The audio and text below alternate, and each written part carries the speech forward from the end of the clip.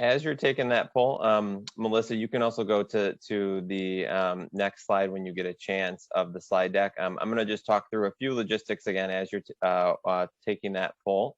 One is please do ask questions in the chat throughout our session today. We'll kind of do our best to respond to some of those in the moment and or hold off until the end of the session when we do have some time together to do a Q&A with the audience. We're recording this webinar, and so we will make sure that all participants get a copy of the webinar recording so that if you have colleagues in your district or in other districts who you think would benefit from listening to it, they'll be able to do so. And then the other thing that you'll see from us quite a bit today is we'll put shortly in the chat the application form for the ISBE OneGoal partnership. We encourage you to go to our website, check out the application form, make sure you kind of take the PDF copy that is on our website and review it, and then you'll also see that there's an online application form as well. So again, we'll drop that in the chat shortly and at the end so that you know that's your go-to spot after this webinar. So let's do a little bit of introductions next. Melissa, if you want to go to the next slide. To start, my name is Andrew Schmitz. I serve as the Managing Director of Secondary Partnerships at OneGoal. I've been with the organization for about 3 years, and I get to lead our work with districts and school leaders across both Illinois, as well as some of the other communities across the country that we work with. And I'll have my colleague Melissa introduce herself next. Hi, everyone. My name is Melissa McClare-Gary. I am a managing director with OneGoal. I joined the team in February to support this exciting ISBE work that we're doing and work very closely with the coaches who are in the field with our district partners across the state. I'll hand it over to Marci. Good morning. I'm Marci Johnson. I'm the director for CTE and Innovation at the Illinois State Board of Education, and I'm really glad to have so many people here today and hear the great news that's going on. And Brent? Brent, you might be on mute. Sorry, I just had of course, a school emergency pops up, right before you start. So my name is Brent Ashbaugh. I'm the principal at Rochester High School. And we have actually been working with OneGoal, I would say, feels like 2 years, but maybe for about 3 or 4 months. So that's where we are. So. Great. So you'll get to hear from all of us and all of our panelists throughout the session today. But we wanted to make sure that you didn't just hear from OneGoal, you heard from some of our partners at places like Rochester, as well as our partners at the Illinois State Board of Education. Let me just tell you a little bit about where we're going to go today. Melissa, if you want to go to the next slide so we can review our objectives. So we want to start by telling everyone about the Post-Secondary Leadership Series and what this partnership with ISBE involves and what the scope of support in districts and schools that we work with looks like and sounds like, so that we can explain what you can expect as a partner and what you receive by signing up for this partnership with OneGoal. And then we'll end by having Brent tell you a little bit about his perspective on what that partnership has looked like, his community in Rochester, and some of the challenges that they're working through in the post-secondary readiness space, and use that to then transition into highlighting the process of applying for the OneGoal partnership this summer in anticipation of launching the partnership at the beginning of next school year. And we'll also reserve some time for question and answer at the end. So that's generally how we'll spend our time today. Again, we want to dedicate as much time to the audience question and answer session as we can, so you're not just hearing from us, but you're able to kind of engage both with the panelists as well as other people who are on this webinar.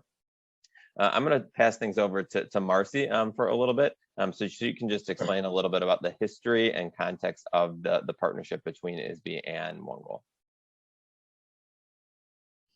Thanks, Andy. So as we all know, especially with COVID, it has really made things much more difficult for our students to have a higher education with the costs right now and just with mental health issues. And so we're here to help support this work with Andy and his team at OneGoal. As you know, we know that there's also a counselor issue. That counselor-student ratio in Illinois is 579 to 1. We definitely want to see that lower. I know in some school districts it is lower, but as an average across the state, it's not.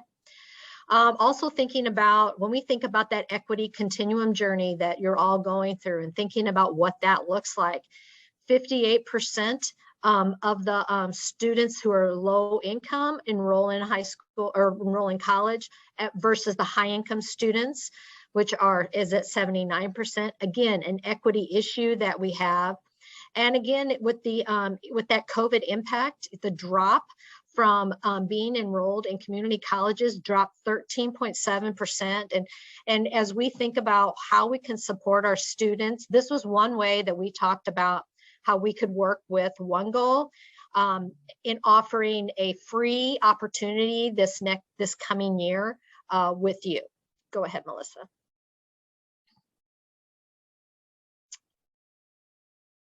So our partnership with OneGoal is we have created a contract with them to help support any district in Illinois who's interested in participating in this. So if you know others who might be interested, please pass that message along. This is something that we want to support each district, and it'll be more of a hands-on, and OneGoal will share this information with you on how it all works.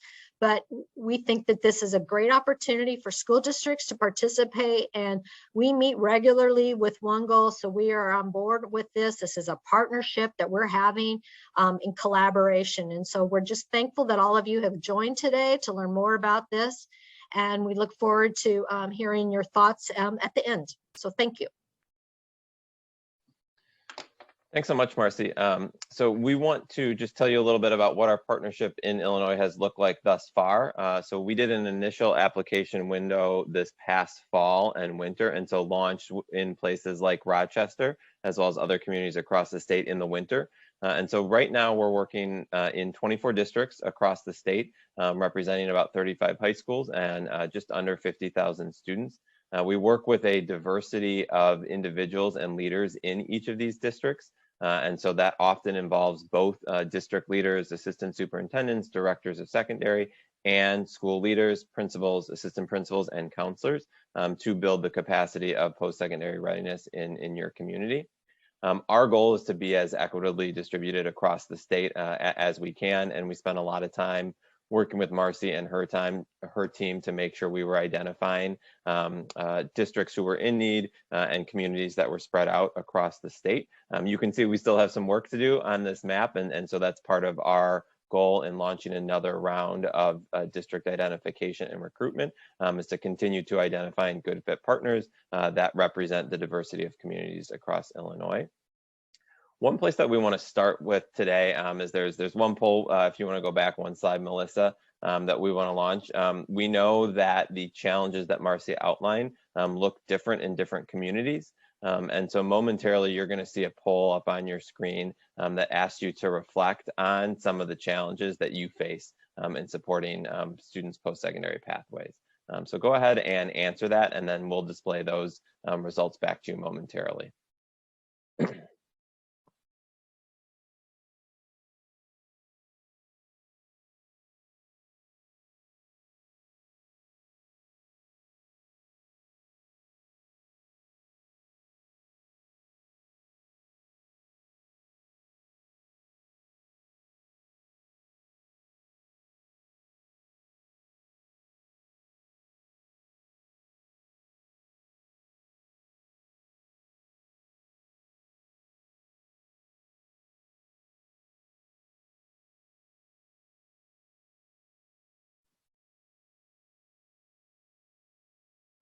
All right, so you should see the results up on your screen right now, and it looks like the top choice on here is staff capacity, followed shortly by too many competing priorities and resources and financial capital. This really resonates with our approach to the partnership and our experiences in communities, again, not just in Illinois, but elsewhere. Post-secondary success work is often siloed from other school improvement work around instruction or culture and climate, and is often charged to one overworked counselor or a counselor plus a principal and assistant principal who have a million of other priorities. And so part of our charge and our hope is that we can add staff capacity to school leaders and district leaders so they don't feel isolated and alone in doing the work of post-secondary readiness, but feel like they have a collaborative space to engage with us and peers across the state on how to strengthen post-secondary readiness. Melissa, if you want to go to the next slide. The other thing that I want to underscore that is true about this partnership is that it's flexible. And what I mean by that is we don't come in with a one-size-fits-all approach or say, here are the 3 things that you need to do in your community in Rochester to improve post-secondary readiness. We spend a lot of time listening and gathering context to understand what's currently going on in your community and use that information to tailor our support so that it's aligned to your community's priorities. We know that what one community in Southern Illinois might need is different than what another community needs in Central Illinois relative to post-secondary readiness. And so that is our goal and how we focus the initial parts of our partnership. If you want to go to the next slide, Melissa, I want to just kind of name that there are 2 prongs and 2 pieces of support to our organization. Our organization actually started focused on what's in the right circle on here, our classroom model for students. Which is a junior year and senior year curriculum delivered to students in the school day by a teacher at that school that's focused on a variety of different post-secondary success topics like career exploration, financial literacy, applying to different schools. It's aligned to the PACE framework. The second part of our work and what we're talking about today and the partnership with ISBE is focused on some of that behind the scenes work. Our post-secondary leadership series where we're working actively and regularly with district leaders and school leaders to focus on things like how do you improve your post-secondary success team, how do you strengthen dual credit access, how do you use data regularly across the district relative to post-secondary readiness. And so what the ISBE partnership covers is that post-secondary leadership series for next school year. We fully expect to connect with districts throughout next school year about their interest and capacity to do the classroom model starting in school year 2023-2024. All right, if you want to go to the next slide, Melissa. So I'm going to just give a quick high-level overview of what does our post-secondary leadership series look like, and then I'm going to turn it over to Melissa to talk through each of these different elements of our support. And what I hope the takeaway here on this slide is that we do some initial needs assessment and diagnostic work with you all. Brett can speak to this in a little bit more depth, but we engage our partners in a needs assessment protocol at the beginning part of our partnership to let them surface their areas of strength and their areas for growth, and then we use that information to tailor the 2 other prongs on the visual that you see on here. And so after we do that needs assessment work, 2 things happen. One is some ongoing regular one-on-one coaching around the priorities that came out of that initial needs assessment work, where we're meeting with you and your team virtually on site at times to kind of problem solve around different implementation challenges. At the same time, we're also grouping districts together across the state in what we call our Assemble professional learning sessions, our cross-district community of practice. And so we bring together district leaders and school leaders roughly once every other month across the school year around different post-secondary readiness topics. This past year, we kicked things off in March, where district leaders and school leaders got access to a series of Google Data Studio analytic dashboards that shared some information about alumni students and the different post-secondary pathways of their alumni students that we then use to kind of help them go through a cycle of continuous improvement in our later sessions throughout this school year. So the theme here is some initial needs assessment work so we can really understand your community and gather context, and then kind of a concurrent approach where there's some one-on-one individual coaching that our team of coaches does at each of their partner districts, while also bringing you all together as school leaders and district leaders in every other month across district communities of practice. All right, and I'll pass it off to Melissa just to talk about each of these in a little bit more depth. Thanks, Andy. So as Andy shared, our partnership work really does begin, like any good improvement cycle, right, with an assessment and thinking about what is the current state of our post-secondary readiness. We have a rubric that we use that OneGoal developed that focuses on 7 focus areas that really anchor our work and provide the language. When we're talking about post-secondary readiness, what are we really talking about? And so this rubric was developed after years of research by OneGoal with different partners in the field. And what I really appreciate about it is no matter where we go, people are able to kind of see this language, and it comes along with a continuum, and see their current practice reflected there. So even when I think about that earlier poll, you were naming adult capacity as a challenge, financial capital, data systems. And so these are the lenses that we're using when we're thinking about where we want to move and grow in this space. And so that assessment is done collaboratively. OneGoal, there's no way that we can come in and evaluate, right? Because we don't know your context as well as you do. But we encourage our district partners to bring together a broad, group of stakeholders to do this assessment and bring in their different perspectives. And from there, determine where we want to focus, our work and some of our goals. And so from there, we move into what Andy described for us as advanced. And that is where you have regular touch points with a post-secondary leadership coach. Our coaches are experts in the field, and they come from a wide range of experiences, but they're really there to work alongside you as you work towards your post-secondary goals.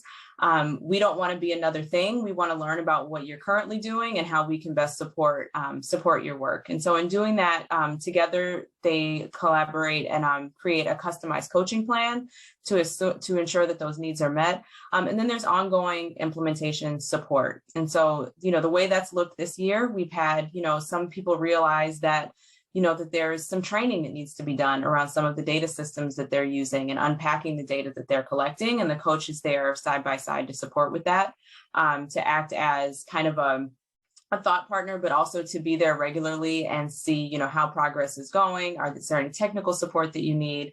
And how can we work together in this relationship? And really wanting to wind up in a place, not what Andy described earlier, where this all lives with one coach, but that you have a broad team of stakeholders who are invested in this work, and kind of spreading the work and the wealth of knowledge across your district or your school. Andy also mentioned Assemble, which is just a really powerful learning community. And as he shared, we are bringing together districts in communities of practice. And so this year, those have been largely geographic, but also thinking about context. So we have one cohort that's engaging in this community that is, our larger school districts. And so this work looks different when you're in a district that has, 3, 4, 5 high schools, as opposed to single unit districts. And so we want for people to really feel like they're speaking to colleagues who speak their language and who share similar context. And there's also opportunities to connect in role-alike learning. Those sessions are really connected to the coaching work that's happening in an ongoing way. So we are continuing to look at our data. We're continuing to, to identify trends and kind of progress monitor on some of the goals that we've set. And then one of the most important points, is when educators come together, we like to borrow, right? And so we're able to share what are those strategies that, the district down the road is using, and how might I do something like that? And that's been one of the most powerful, outcomes of these cross-district spaces. And they're the ones that I enjoy being a fly on the wall in the most, absolutely. So we have Brent Ashbaugh here, who's joining us from Rochester to share just a little bit about what his, experience has been like in the OneGoal partnership. And so, Brent, I'm driving your slides, so if you need me to move ahead, you just let me know. But we do have a little bit of a background here to share as well. Oh, well, that would be great. You go ahead and show me, and maybe I can talk with what they say. So, yes. Like I said, we've been working with OneGoal now, I guess, since March. That makes sense. We developed a small team that includes counselors, admin, district office staff. We have one teacher that's also on the thing. And like we said, we were looking for what could we do. The bottom line for us was the end game for students. We were just trying to figure out what we could do to make sure what we were doing was right for students. And I'll be honest, I think when people think of Rochester, they think everyone goes to college. And that's been one of our huge tasks to figure out, are we doing enough for all of our students? And when we focused on those areas, one of the big ones that just kept coming was our institutional partnerships.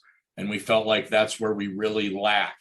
And so we have really started to focus on that, like building an alumni base was one of the things that we, and the thing that's been really good for us in this is there's been conversations that all of a sudden we go, oh, wait a second. What have we done? What have we not done? And then you start feeling, I don't want to say stupid, but you kind of go, well, why didn't I think of that? But I think sometimes it just helps to go through step by step to figure out, what you're doing and where you're going. We are already doing a lot. That's the other thing that we figured out going through this. We're already doing quite a bit of stuff, but there's so much more we can do. So that's kind of where we are in the process right now. We're starting to develop. I know they just came up with a curriculum for us to use in the fall. And so we're going to start pushing out to our kids some individual stuff to hopefully that when we do get to the end, we've prepared all of our students, not just the ones that are going to college, but we want to make sure we're preparing everyone. So that's where we fell in love with what we're doing. So Brent, that's really helpful. And I'm wondering, if I'm remembering correctly, I think you all hosted one of our cross-district communities of practice a couple weeks ago, and wondering if you can just speak to kind of that experience, not just the one in person last week, but some of the other ones virtually, and just what it's been like to be in community with other leaders focused on post-secondary readiness topics. Well, of course, I don't know how you guys are, but of course, virtual to me, I struggle with. It's just, if I grew up nowadays, I would probably have ADHD. I would be diagnosed as something, but the virtual's been really hard, but it's also been good because you're hearing what other people are doing. I will tell you, our in-person session that we had the other day, when we broke into groups, I ended up with 2 principals who I know, but we've never talked about this. And it was kind of like a couple of us had aha moments. Like one of them said, "You're doing what?" And I'm like, "This." And he's like, "Oh." So now we've been communicating after the fact. So it's not just through OneGoal. I think it's helping us to communicate with other schools and see what things are going on. I tell my teachers all the time, you don't have to reinvent the wheel. It's out there. How can we adapt it to make it work for our school? We have great kids, great staff. And the schools that we're working with around here, we respect them. We get good things from them. So it's been really good for that. I'm hoping it'll start opening up the lines of communication so that all schools can kind of work together to figure out what we can do better. But yes, the in-person one was tremendous. I know when they broke down, like the district office staff went one place, the counselors and teachers went one, and the administrators got to go do one. And the funny thing is, when we came back, we didn't talk about the same thing at any of the 3. So it was kind of nice. So yeah, it's been good.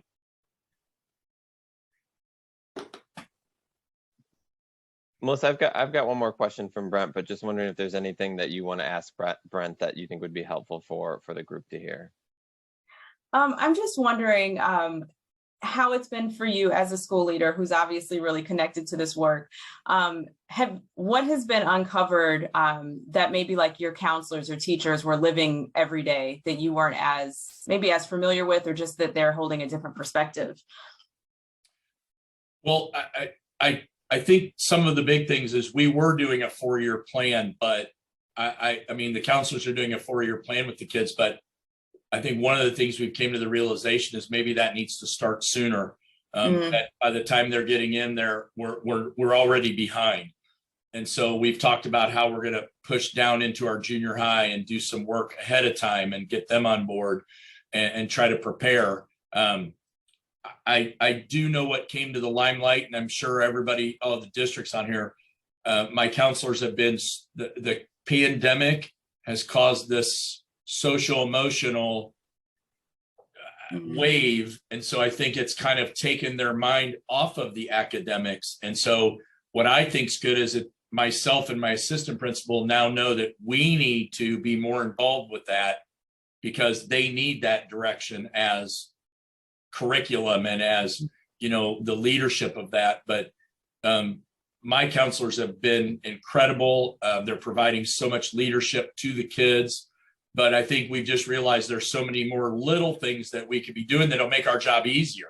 And, to track the kids and where they're going, and then also to track our kids. Like one of the most valuable things we got from OneGoal was all of a sudden we get this data, and it showed how many of our kids finished the first year of college and went on for the second year. And we were like, where did you get that? You know, we're like, that's so good.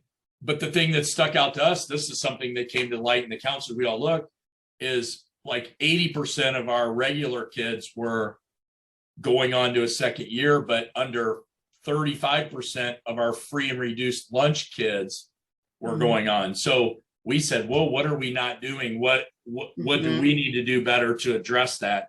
Are we not offering the same classes to them because of a cost factor or whatever? So trust me, my folder gets thicker all the time of the little things that I catch, and I say, you know, what can we do better? But really, we have a new superintendent, and this is the first year I feel like we've been back to normal a bit, but him and I have talked multiple times of portrait of a graduate, and what do we want to be in that portrait of a graduate, and how are we going to portray that? And it starts back to where can we prepare them? So we're excited because we are going to do some push-ins in the fall, and we're going to start with our sophomores, and then hopefully the following year we'll do sophomores, juniors, and the following year sophomores, juniors, seniors, of getting in and saying, hey, do this, do this, do this, so that we've got some more information on them and to prepare better for what they're going to do down the road. So oh, that's really powerful. And it's great to hear that it's, you know, it's not just living on the counselor's desk, right? But that now it's, right. You know, yeah, I love that.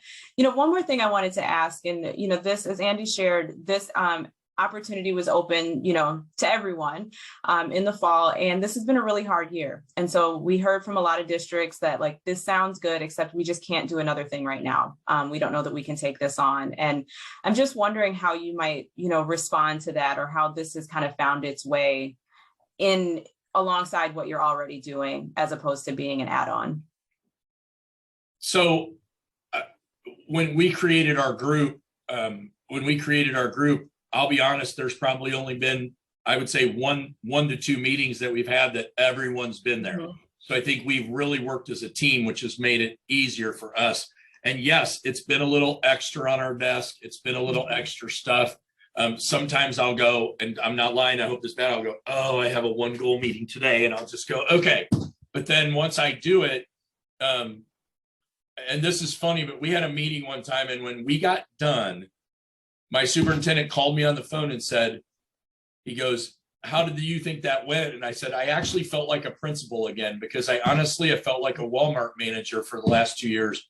Wow. Contract tracing for 2 hours every morning in classes. And I don't feel like I've been a good instructional leader. And I felt like, oh my gosh, I felt like an administrator and an instructional leader. And so I feel like for me, it's helped get us that focus back to, we got to move on. I mean, we can't blame the pandemic forever. And I think we got to move on, and we got to get to that next step. So, I mean, we've struggled with a little bit, but I just tell my counselors, if you're tied up and you're busy, we'll tell you about it later and move on. And we've had a couple meetings where it's just been myself and my counselors. So we haven't used the other people. And so that's where OneGoal's been really flexible to how we use it and who we get to talk to. So it's been really good for us to recreate that, I want to say, the excitement of what an educator was for. So, yeah. Yeah. And in service to kids. So I love that. Thank you for sharing. Thanks for that. Andy, you said you had one more? I'm going to share my screen in a second, because Brent referenced something that I want to share with the group. I do just want to, I think, affirm what Brent said, which we've heard from a lot of district leaders and school leaders and counselors, which was, 2010, 2015, 2019, a lot of positive momentum across the state around post-secondary readiness, and seeing our job as not just graduation, but also helping students post-graduation in a multitude of different pathways. And then COVID hit, and a lot of that momentum halted. And it's really hard, to Brent's point, to get that momentum back when you're spending 5 hours a day contract tracing, or thinking about staffing shortages, or thinking about the trauma that our students and families have gone through over the last 3 years.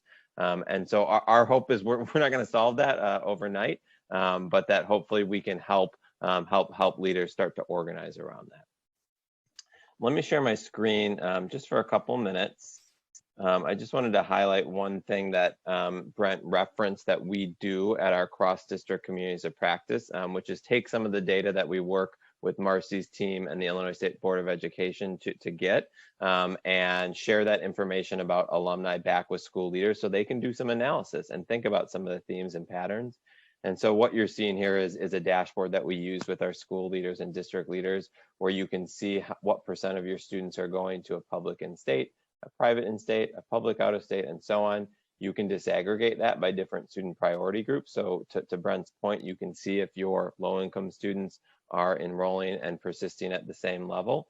And you can also dig into their enrollment status and think about whether or not your low-income students are at a full-time status or a part-time status at the same rate as your higher income students, and figure out where are your students going.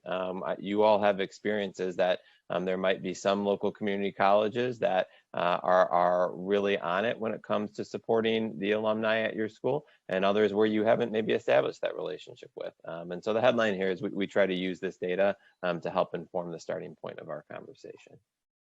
We also loved that it told where our kids were going to school, because we try to keep track of that, but it was so nice to say how many kids are doing a 2-year college, how many are doing 4-year college. But it was also interesting to see a high number of kids maybe ending up in an out-of-state college. And so we've talked about this summer reaching out to those colleges and asking them, you know, what are some things we could do to help with our kids? What are some things we could find, you know, to make these available? Because I think, you know, in a nutshell, we want the kids to, if they do choose to go to college, to be successful. And if they don't choose to go to college, then how can we also help them be successful? And that's where I think at Rochester, we maybe have been behind the 8 ball. We haven't been able to get that kid out where they could go work with a plumber or a HVAC or things, you know. And so I think that's where we are really going to focus on that, because we think right now the college is good, other than keeping track of our kids. That's the one thing we're really going to work on. And I'll I think echo that and name and that you know, some of the data that we share doesn't paint the full picture. So what you didn't see on that dashboard was the % of students who are going into the military or straight into the workforce. We talk about this with leaders a lot. We talk about this with Marci a lot, to kind of think about some other innovative ways that we can identify that data. And so we just say that so that you all know we're constantly working with the state and district and school leaders to figure out, are there other data sources out there that help paint the whole picture of where our alumni go after graduation. Melissa, if you want to share your screen again, great. So I'm just going to walk through the kind of next steps in the partner identification process, and then again we're going to open it up to Q&A and any questions in the chat in just a little bit. So we've got a couple of steps that kind of happen from here. We're in stage 1 right now, which is the partner recruitment phase. And so that's where we have these webinars. We may host another one later in June or later in the summer, just depending on interest. We try and also have a lot of one-on-one conversations with people, because we know a whole group isn't the most ideal to get some of your nuanced questions answered. And while that is going on, we also are asking districts to complete the application. If we haven't done that yet, if we can drop that link in the chat. It is an application that shouldn't take you more than a couple of hours to fill out. It just asks you to reflect on what does post-secondary work look like in your district, who's doing it, how is it organized, so we can get a sense of that. And then once we start getting those applications in, we facilitate what we call an application review meeting, where we just kind of dig into a little bit of a back and forth with you around your application responses to better understand. And then once we do that, we announce partners later this summer. And so I think our hope is to announce partners in mid-July this summer, and have that followed by our partnership launch meetings, where we kind of set some shared hopes and vision and goals for the partnership. We do a little bit of artifact review of district strategic plans and data systems, again, to build context. And then once we've done that, really at the start of the school year, so late August, early September, we go into what Melissa and I were talking about, our rubric assessment, and then our cross-district communities of practice next fall, along with some of the more individualized one-on-one support, the OneGoal meetings that Brent was referencing earlier. Melissa, anything that you would add to that sequence? I not necessarily add to it. I just would want folks to know that throughout this process, we're available to talk further. And so as we kind of went through this in the fall, people applied and felt great, but they had some questions, or their stakeholders had questions. And so throughout this process, we are available, to answer your questions, to think through what this might look like in your district, what type of flexibility you might need, whether it's about scheduling or thinking about your team and your participants. And we really do want to be a partner, not only after the partnership officially begins, but even in the application process, to make sure that you feel good about the partnership. And I just put my email address in the chat box, because if anybody would like to talk to me personally, send me an email. We can set up a time to talk. I would be glad to tell you. I know when I sat down to do the application, I thought, oh my gosh, but you know what? Once I got in and got doing it, yeah, I didn't feel like I did a very good job. So, when I was done, but yeah, so don't feel overwhelmed by it. But if you need anything or you like questions, please reach out. So. I know we've got one question that I want to address in just a minute. I'm going to highlight one last slide on here, which just has to do a little bit with the funding. And so Marci referenced this earlier, but the cost for the post-secondary leadership series, that part of the partnership with OneGoal, is fully funded by ISBE for the 2022-2023 school year. And we priced that out as about $60,000 per district. We are also working with Marci and others at ISBE to explore the feasibility of providing additional funding to districts who want to continue the partnership 2 years from now in school year 2023-2024. Our hope is that this is a 3-year partnership. We know school improvement, district improvement requires multiple years of attention, and so we don't want this to be a 1 year and done partnership. And so just know we're having those conversations with ISBE, and we've also applied to become an Illinois Empower approved learning partner, which we hope to hear back from soon, so that districts could use part of that Title I, I think it's the 1003A item in their school improvement budget to possibly continue the partnership in future years. Okay, so we want to just pause for a little bit of Q&A. And I see a couple of questions that I'll address, and just encourage people to continue using the Q&A feature at the bottom of the screen to ask some of their questions. You can also use the chat as well, that I know people have done. I'll start to voice some of these over, and if some of my colleagues also want to just respond in the Q&A or the chat to some of them, we can do that as well. And so Katie asked a question about public charter schools. So there are a couple of charter schools that are outside the city of Chicago, and we certainly encourage those schools to apply as well. If you are coming from a Chicago public charter school, I would just need to talk to our Chicago regional team about that and about whether a partnership already exists at your school. And if not, then we would want to talk about that with you. But our kind of work, my team's work, is on non-Chicago, non-CPS districts in Illinois, and our Chicago regional team kind of owns the relationship with schools in Chicago. Daryl asked a question about 2 schools in Northwest Illinois.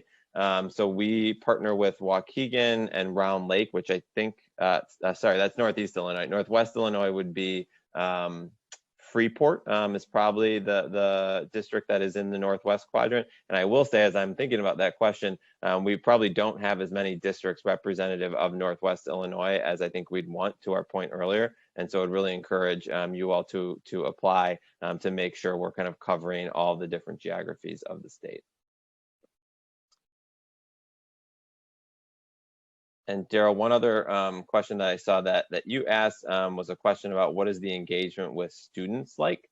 So just to go back to, I think, one of the things that we referenced earlier. So our work and this part of the partnership that's covered by ISBE for next school year is at the leader level. And so our work is 99% with school leaders and district leaders like Brent and his colleagues. Brent was also referencing that his school is going to be participating in our classroom model next year, doing a core class push-in model. And they'll be doing that starting next fall. We're not kind of offering the classroom model starting next fall for this group because we're not starting the recruitment until the summer, and we know master scheduling has already happened for many of you. But if you did want to do the classroom model, you could do that in fall of 2023 if you thought that would be a good fit for your students. And again, that is a curriculum for high school juniors, sometimes sophomores, and then in their senior year that is focused on post-secondary success. Again, seeing another question about how this kind of compares to the PACE framework. Our scope and sequence is mostly aligned to the PACE framework in Illinois. So a lot of the milestones that are embedded within the PACE framework for 10th graders, for 11th graders, for 12th graders are the same type of experiences that we embed in our classroom curriculum. Exploring your career, thinking about scholarships and loans, and things like that. Andy, can I also just talk about the charter schools for 1 second? Mm-hmm. You know, for those of you who don't know, there's 2 types of charter schools in the state. One that is state authorized and one that is authorized by a district. If you're state authorized, we can work directly with you. If you're school district authorized, you need to work with the school district to ensure that, you know, that meets your the requirements through the school district. So I just wanted to clarify that in case there's questions about what kind of charter school I might be.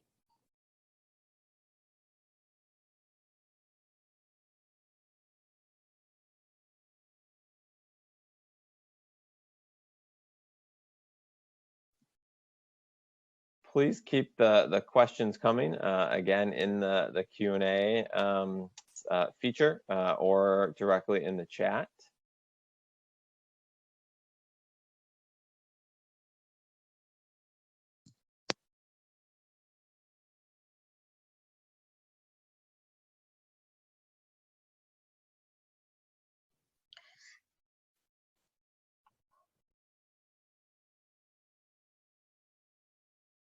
Good. Okay, couple of great questions that we're seeing as they're coming in.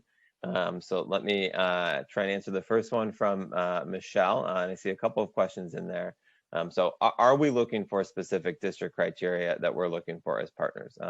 So I'll answer that in 2 parts. One is, one of the things that we did with the Illinois State Board of Education early on in our partnership was kind of look at a lot of different data about districts across the state, like graduation rates, enrollment rates, and funding adequacy, to make sure that we were prioritizing partnering with districts that were most in need. That does not mean that you have to meet a certain level of that criteria for us to partner with you. We just want to make sure, right, that we're really kind of keeping equity front of center as we're trying to identify partner districts. So that's kind of on the quantitative side. The other set of criteria that I would add, I think comes through in our application, which is like, we just want to make sure that there is investment and capacity to meet with us as a partner team, to kind of engage in conversations about post-secondary readiness, and to have the organization to move the work forward that we think is necessary. And that's what we use our application for, is to really try and get a sense of that. Melissa, is there anything that you would add on to the criteria question that Michelle asked? I don't think so. I think just making sure that the commitments are like understood, and that folks are feeling like they have the capacity to engage. As Brent said, there's lots of flexibility there. And so the most important thing is that we have, you know, a team of folks who are available to dig into the work. Yep. And again, you'll see this on the application, but we try and quantify the number of hours, the number of meeting hours that we would expect you to meet across a year. So we try and be transparent about that as possible. We also, you know, try and make sure that our requirements are not asking too much as school leaders. We know you have a million priorities. We're not going to try and meet with you for 4 hours every week. So we try to find the sweet spot of being present as a partner while not overwhelming you with the amount of OneGoal meetings that you have on your calendar. And then Michelle, I think the other question you asked was just kind of like, where is the funding coming from? It is funding through ESSER at the state level. So this came from the CARISA. I think that was the second ESSER Act that funded this OneGoal partnership. And then David asked a really good question about what is our viewpoint as an organization about students going to a 4-year university. Or do we recognize that some students are better served by certifications and apprentice programs? The answer is affirmingly the latter. And, you know, David, just transparently, I think like many organizations and leaders, we pivoted in about the last 5 years from an organization that had a mentality at times of college or bust, and then realized that was not inclusive to all students, and didn't recognize that students need different things. And you can't be overly prescriptive with students when it comes to their identity and aspirations after graduation. So both our support of leaders like Brent and other leaders is inclusive in terms of helping them set up systems and structures that help kids go into different pathways, not just a 4-year degree. And our curriculum, the classroom model, is something that allows kids to explore these different pathways and think about the different steps that they might need to take for a 2-year program, a 4-year program, the military, or the workforce. Couple other questions about funding. One from Dan about, is the $60,000 cost per year paid by ISBE, or does it come from your ESSER allotment from ISBE? It is paid by ISBE, and so there's no cost to you or any allotment that you get. It comes directly from ISBE in the first year of the partnership, which is again next school year.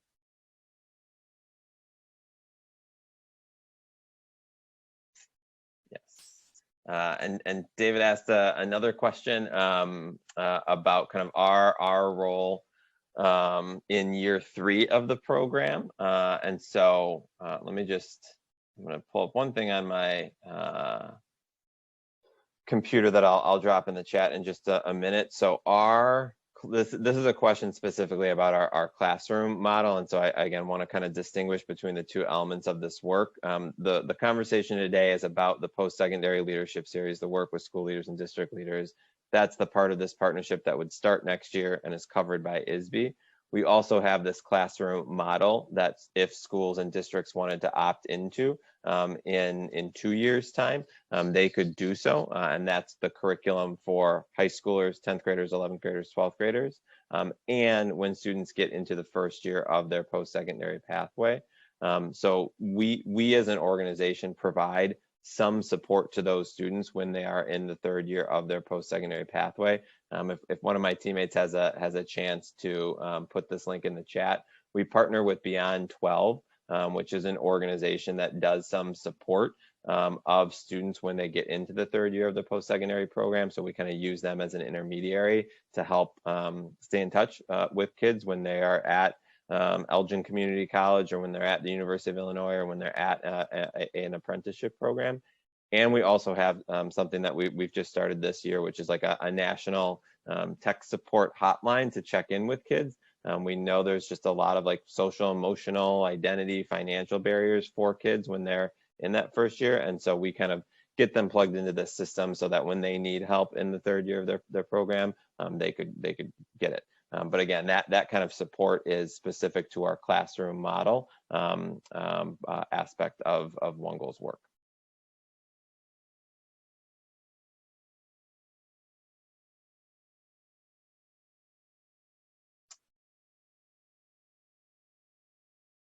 All right.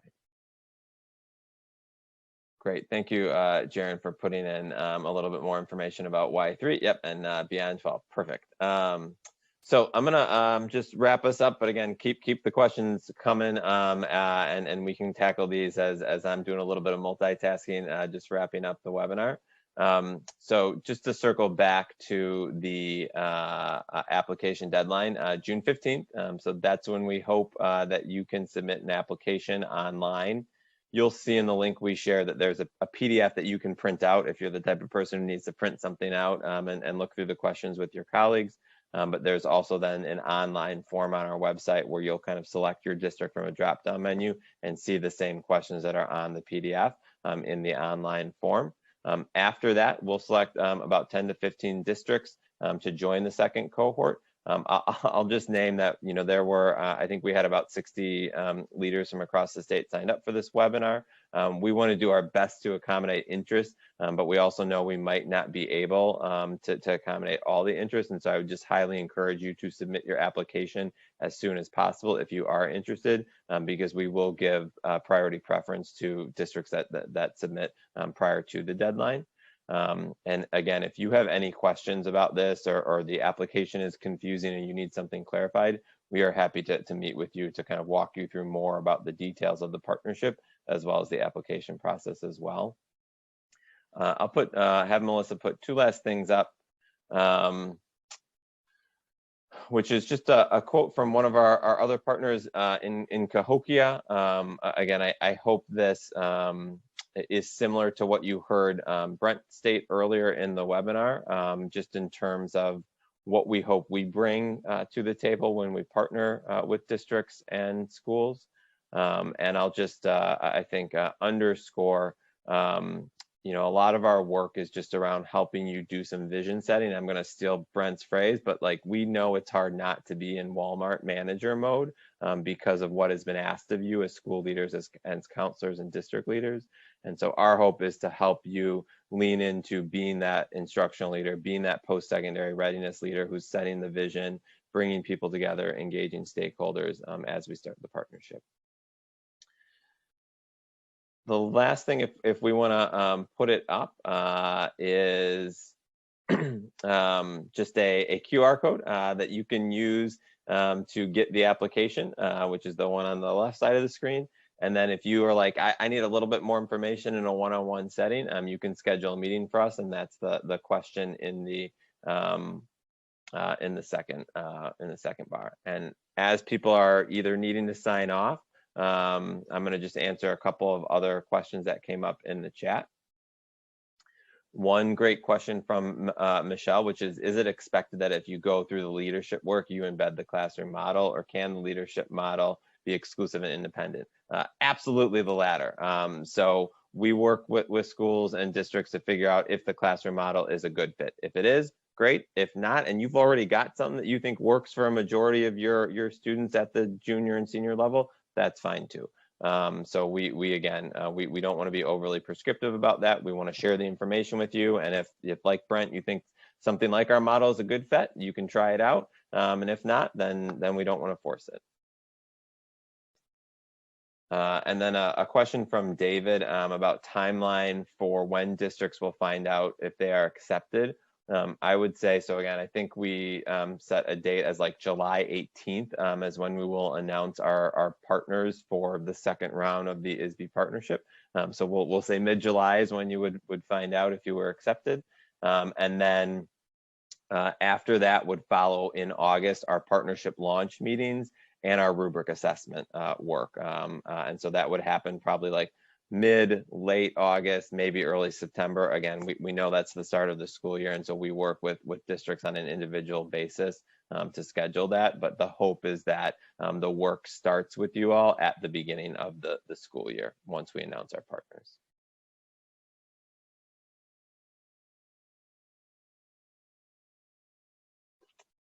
Yes, and Alexander, thank you for naming that. The application is in no way a formal contract or agreement. You're just going to see a number of open-ended questions in there about your work in the post-secondary leadership space.